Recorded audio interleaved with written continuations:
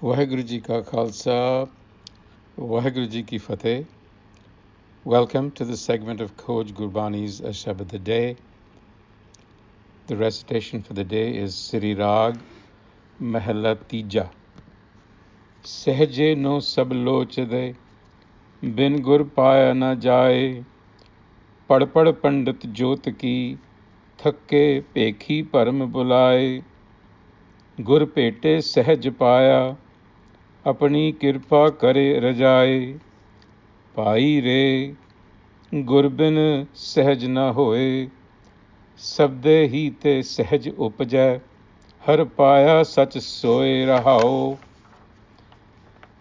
सहजे गाव्या थाय पवै, बिन सहजे कथनी बाद, सहजे ही भगत उपजै, सहजे प्यार बैराग, सहजे ही ते सुख सांत होए, बिन सहजे जीवन बाद, सहज सलाही सदा, सदा सहज समाध लगाए, सहजे ही गुण उच्चरै, भगत करे लिवलाए, सबदे ही हर मन वसै, रसना हर रस खाए, सहजे काल विडारिया, सच सरनाई पाए, सहजे हर नाम मन वसया, सच्ची कार कमाए, सेवड़ भागी जिनी पाया, सहजे रहे समाए, माया विच सहज न उपजै, माया दूजे पाए, मनमुख कर्म कमावणे,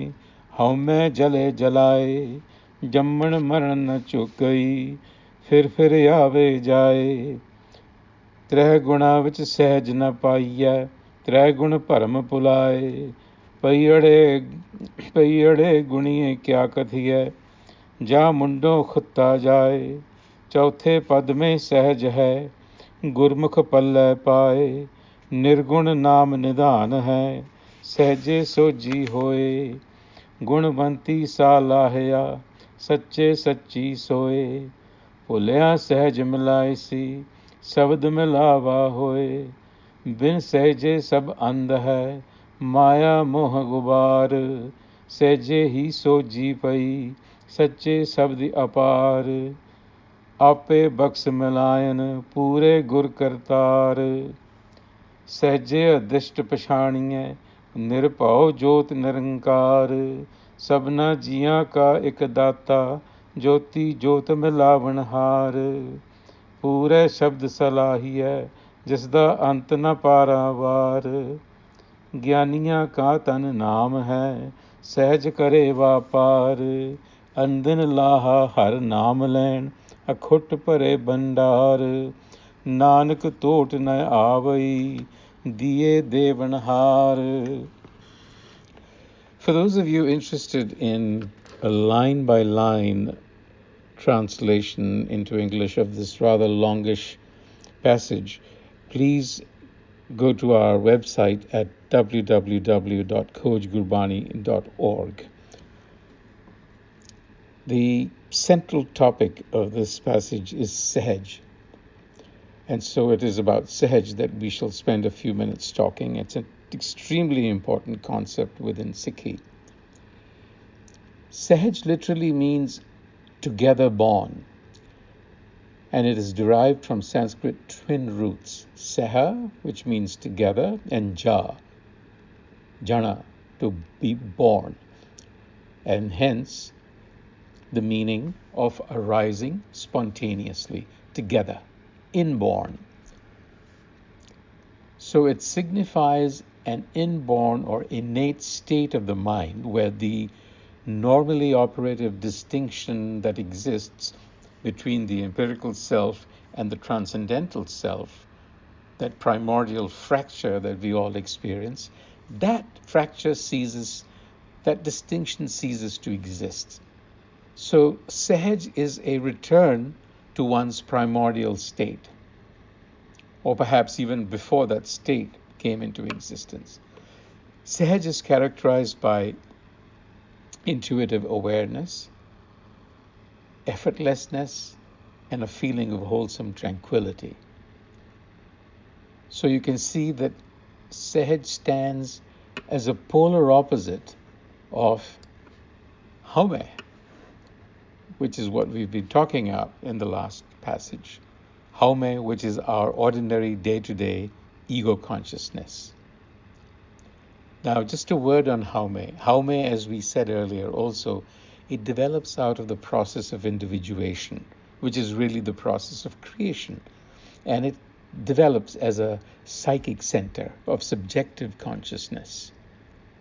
And this center of consciousness, subjective, psychic, perhaps even abstract, further coagulates because of socio-cultural conditioning.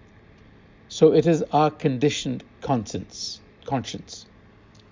And as it develops, what happens is that it envelopes the very primordial self from which it actually originates or sprouts. And therefore, in that process, it creates for us all kinds of emotional and volitional disturbances. And so the goal of human life is to return to that Sahaj. This is the message of this Shabad as well. So in sum, Sahaj is achieved when Haume is subdued or transformed, allowing for the self to shine through again, to return to that innate, undisturbed, effortless, primordial state. Now, even though we called it Sahaj Avastha, a state, Sahaj in fact transcends all states, for it is a return to the self as it was before any states differentiated or derived from it. The term Sahaj itself has a very long history in the Indian systems. The basic concept has come from the tantric systems, in whose vocabulary Sahaj signified, among broadly speaking, a protest against formalism of orthodox religion. So it was the New Age thinking of that time. The tantrics decried the bondage of artificial conventions, and they affirmed the non-transgression of the natural. So you can think of Sahaj as being the first and basic tenet of Indian antinomianism. So we had some very powerful sects early on, the Sahajayanis, Buddhists, Nath yogis, Sahaj Shaivites, and in their own specific ways emphasized the cultivation of Sahaj. But they were all, in a sense, tantric in outlook. Now, over time, these systems degenerated into outlandish cults, engaged in ritualized, perverse practices, which then had the effect of calling into question the whole goal of Sahaj. Guru Nanak reintroduced this concept into the Indian mystic lore, but, as was his genius, he invested the term with a new breadth of meaning and mystical import that had sublime ethical and aesthetic connotations. So first, let's see what the similarities were with the idea of Sahaj as it existed. 1, rejection of external formal religion, rituals.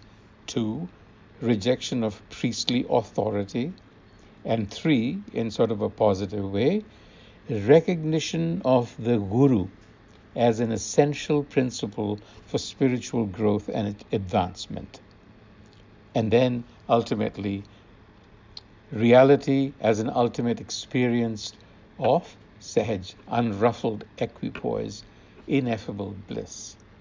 But it rejected in no uncertain terms. So he rejected this whole notion of deviant sexual practices of the Sahajayanis, or the derogation of women by the Nath Panthis. So that has to be borne in mind. And of course, the difference also was in the breadth of conceptualization.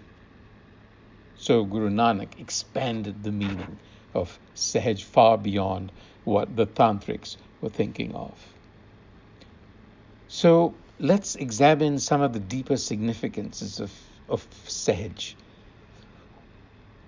This passage says to us that when you become oriented to Sahaj, emotional turbulence ceases.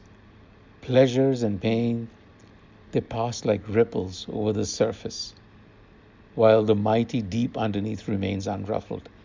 Sahje hi te sukh saat hoye, bin sahje jivan baad. Life is frustration and turbulence without Sahaj. In Sahaj, life is unaffected by any artificiality or appearances. These are, after all, defenses of Haume, and in Sahaj, Haume is subdued. So a dispositional spontaneity arises from which blooms love, goodness, and compassion.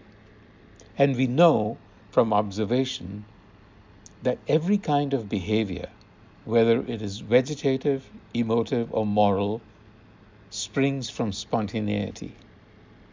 So this is really the cardinal meaning of Sahaj: natural, spontaneous.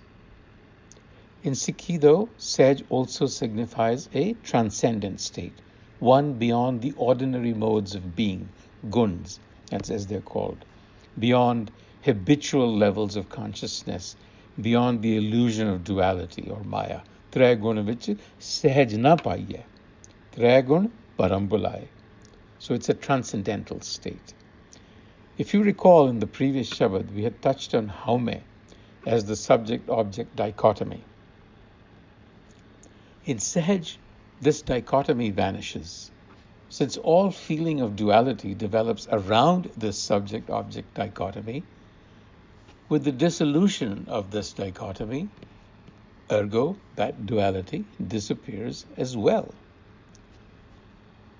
On the emotive or aesthetic planes, Sahaj also signifies the discovery of a harmonizing principle within, an aesthetic perception that opens up direct perception into reality, and one finds oneself in harmony with the world around us.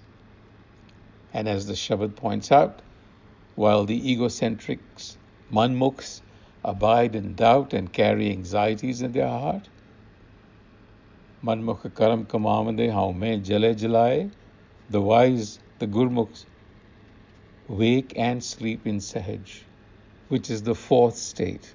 Chauthe pad mein Sahajai, gurmukh palle paaye. So Sahaj is the supreme spiritual state. How then is this state attained? The Guru warns, actions, no matter how meritorious, do not bring this state about. As a matter of fact, Sahaj will not, as we have just noted, arise as long as we abide with Maya. Maya which Sahaj na upaje, Maya duje paye. So to become detached from the world of Maya, one does not need actions, but one needs Gyan, which comes from the grace of the Guru. Paire Gurbin Sahaj na hoy. So we need Gur Gyan in order to attain the state of Sahaj. With those thoughts, until the next time, Vaheguru Ji Ka Khalsa, Vaheguru Ji Ki Fateh.